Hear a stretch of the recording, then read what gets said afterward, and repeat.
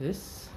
1.6 Salient features of Indian Constitution. It is for your essay. Let us know what is meant by salient. Salient means chief, special, specific, important, and highlighting. So in every country they are having constitution, but each constitution is unique. That means special characters. Now let us discuss about the salient features of Indian Constitution. So we have already known salient means chief, unique in the content and spirit. So the first feature is known as the lengthy written document. So in all the countries they are having the constitution, but of all the constitution, Indian Constitution had 395 articles and 12 schedules, and it consists of 300 pages in detail. It is a written, drafted constitution. So constitution is nothing but a document which includes the rules and regulation for administration.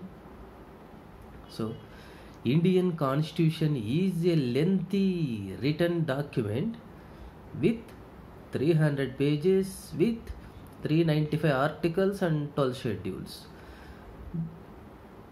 Schedule means the part and parcel in article.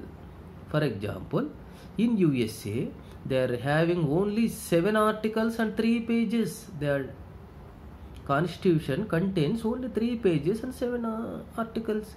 But in India it consists, so it is treated as specific feature of a lengthy written document, that is constitution. Second feature, a combination of rigidity and flexible.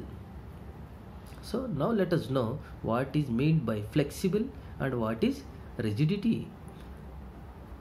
Flexible means smooth, pliability, easily bent. So in our constitution some provisions are flexible and some provisions are rigid. Rigid means stiff, hard. So for example, the newly state, for the emergency of newly states, for example Telangana, there is a procedure. The article 368 explains the procedure for amendment, and for including and excluding or deleting the rules we should follow the specific procedure, and it was explained through the 368 number article. So for establishment of new states, 2/3 of majority is needed for formation of new states. So this is a provision. And for the electing of president and president salaries and other things related to the election of president, and for citizenship and establishment of Supreme Court, and for other amendments they need 2/3 of majority, and for some cases the special procedure should be followed. So for the adjustment or for giving amendment to the constitution, some provisions are flexible and some provisions are rigidity.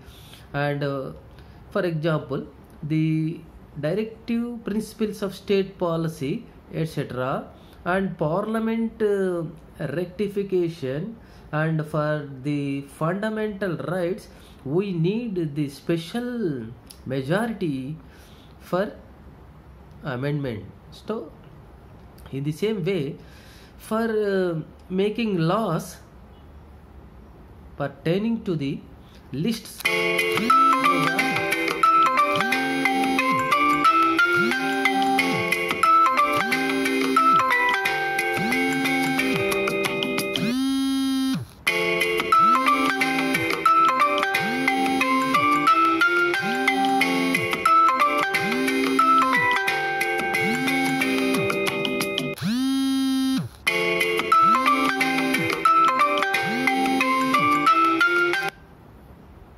there are three lists. The first one is known as the state list,